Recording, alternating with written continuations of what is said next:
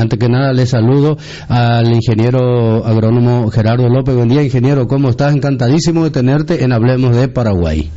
Muy buenos días, Luis, y para toda la gran audiencia de Radio 1000, y estamos a las órdenes.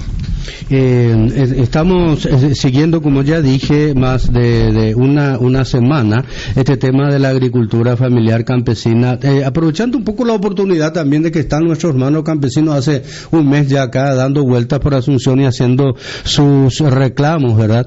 Y bueno, para tratar los diversos aspectos de este tema, y uno de esos aspectos es la cuestión del subsidio, porque se habla de subsidio, que condonación, que esto, que lo otro, que subsidio, y a veces no sabemos muy bien qué es el subsidio, qué es la condonación, etcétera, etcétera. Entonces quisimos consultar este tema con un especialista, un analista, un economista de primer nivel del país, como es el doctor, muy conocido además, el doctor Ricardo Rodríguez Silvero. Estuvimos hablando con él para que nos ilustre un poco sobre lo que es un subsidio y qué implica un subsidio. Entonces quiero compartir con ustedes esta entrevista grabada que tengo con el doctor Ricardo Rodríguez Silvero. Un segundito y ya estamos hablando.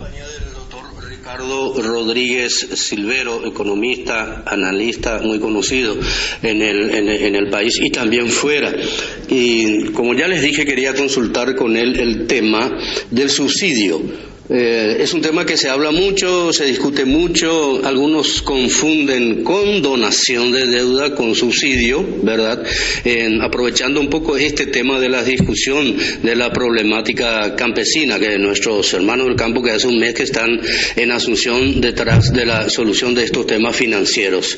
Muchos dicen que el subsidio no es bueno, otros dicen que sí, que es necesario y que si se le da a los campesinos se le tiene que dar también a un montón de otra gente, ¿verdad? De otras asociaciones y en fin, está la discusión larga. Como conocedor del tema, le consulto al doctor Ricardo Rodríguez Silverio. ¿El subsidio es una mala palabra, doctor? Es una mala palabra en una economía de mercado y en una sociedad moderna, porque independientemente de las latitudes, es decir, esto vale no solamente para Paraguay, sino para el resto de Sudamérica, pero también para los países industriales de economía de mercado. Eso quiere decir el hemisferio norte, ¿verdad?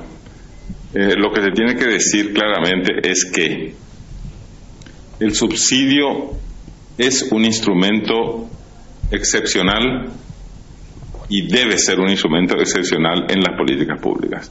Excepcional significa que debe aplicarse solo por tiempo limitado y solo a un segmento determinado de agentes económicos o de productores o de campesinos o de destinatarios, para usar una expresión más amplia. Lo que tiene que tener en claro el gobierno en sentido amplio, es decir, el poder ejecutivo, el poder legislativo y por supuesto también el judicial cuando hay litigios, es que tiene que ser un instrumento de aplicación de corto plazo, máximo de largo plazo en circunstancias excepcionales, pero lo ideal es que sea solo de corto plazo para que pueda ser retirado el subsidio en cualquier momento. Es decir, nunca el subsidio debe tener un carácter permanente. Por otro lado, el subsidio debe ser selectivo, es decir, no se puede aplicar subsidio a todos, aunque sea un segmento pequeño de la población, y con más razón si se trata de un segmento significativo de la población, como ocurre con los productores agrícolas y ganaderos, por ejemplo, ¿no? Y sobre todo debe haber coherencia en la aplicación de los subsidios. No viene al caso aplicar subsidios para empresas comerciales, industriales y de servicios no personales que pueden muy bien competir en el mercado con créditos normales y corrientes del sistema financiero local, así como con asistencia técnica normal y corriente de las diversas dependencias del Estado. En otras palabras, una empresa que no puede sobrevivir en el mercado con los recursos financieros y de asistencia técnica que son normales en el mercado, y a mi criterio no debería existir esa empresa. Ya empieza por una posición filosófica bastante fuerte.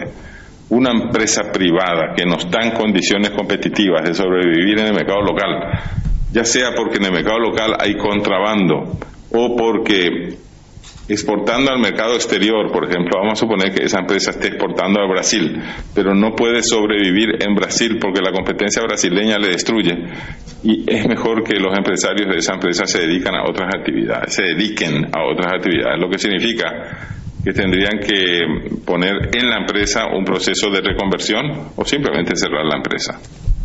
En otras palabras, si se van a hacer excepciones a la regla, y eso que acabo de decir es la regla, por ejemplo, en el caso de los empresarios del transporte, esta no es una crítica al gobierno de Cartes, porque esto también ha sido hecho en otros gobiernos que son anteriores, ¿verdad? Sí, claro, sí que sabemos. Sí. Si se va a aplicar el subsidio a empresas en general que deberían estar sometidas a la ley de la competencia en el mercado local y en el mercado internacional, y uno no puede después decir no vamos a ayudar a pequeños campesinos o a pequeños productores ganaderos, por ejemplo, ¿no? Pero aparte de eso, hemos observado realmente sorprendidos que este gobierno de Cartes ha otorgado un subsidio a una azucarera en situaciones patrimoniales de esa azucarera sumamente sospechosas. Es decir, parecía que esa azucarera no pudo soportar auditorías normales y corrientes porque no estaba siendo dirigida correctamente, ¿verdad? Aplicar subsidio a una empresa, sea azucarera o no, que esté siendo manipulada por los propios dueños con estados contables y financieros fabricados, eso sí que es mala palabra. Y si se va a utilizar el argumento de los cañicultores que realmente estaban en dificultades, entonces el subsidio debería otorgarse solamente en forma limitada y bajo ciertas condiciones a ese grupo de cañicultores, y no a todos los cañicultores, sino solamente a los que están realmente en situación difícil. Entonces eso debe hacerse también en forma limitada en el tiempo y bajo ciertas condiciones. Nosotros no sabemos qué pasó con el subsidio a las empresas de transporte. ¿Fue recuperado el subsidio? Tampoco sabemos lo que pasó con el subsidio a la azucarera Iturbe. Se produjeron trascendencias en los medios acerca del estado no sano del sistema contable y financiero de esa azucarera. Pero ¿cuál es el informe posterior que se ha hecho al conceder ese subsidio? Y no sabemos realmente. Entonces, si los gobiernos están otorgando subsidios a empresas privadas, llámense empresarios de transporte o azucarera, ¿con qué argumentos va a decir que no al subsidio a los pequeños campesinos? Y próximamente también puede ser los pequeños productores de ganado vacuno y de ganado porcino, y puede ser también los pequeños productores de empresas de deforestación. Es decir, ¿cómo vamos a estar aplicando un instrumento de política económica en beneficio de un subsector determinado, pero no vamos a aplicar en beneficio del otro subsector? ¿Cuáles serían los argumentos? Es allí donde flaquea la política de subsidios actualmente, pero no solamente de este gobierno, de los gobiernos anteriores también. Entonces, en el caso particular de los pequeños campesinos, que son agricultores y que provienen de la agricultura familiar, hay que saber primero que no tenemos un censo actualizado de esos pequeños agricultores, y eso es grave. Tampoco tenemos una información actualizada de cuál es la cantidad de pequeños campesinos que son tomadores de crédito. No sabemos todavía. Tampoco sabemos cuántos son los pequeños campesinos que han tomado crédito y que no han pagado. Y tampoco sabemos cuáles son los motivos entre esa pequeña parte de los que tomaron crédito y no han pagado, que dejaron de pagar por circunstancias climáticas, por ejemplo, porque hubo inundaciones insoportables que inundaron sus cultivos, por ejemplo, o que anularon o fundieron su cosecha, o hubo alguna otra calamidad excepcional que les puso prácticamente por motivos de fuerza mayor en situación de no pago. Lo que necesitamos es solamente esa información, primero de campesinos que han tomado créditos, y segundo de campesinos que no pudieron pagar puntualmente por razones de fuerza mayor, que pueden ser climatológicas o de alguna otra fuerza mayor. Y solamente sobre esa base otorgar créditos subvencionados, si uno quiere, o brindar asistencia técnica rápida. No solamente es una cuestión de crédito, ¿verdad? Bueno, eso es lo que nos está haciendo ahora. Es decir, por un lado, no existe coherencia en las políticas públicas y tampoco en la utilización de instrumentos de políticas públicas, como en el caso del subsidio, ¿verdad? Segundo, no se tiene ni siquiera información adecuada sobre los que son morosos entre los pequeños campesinos y tampoco tenemos información adecuada sobre aquellos que realmente no son culpables de su morosidad.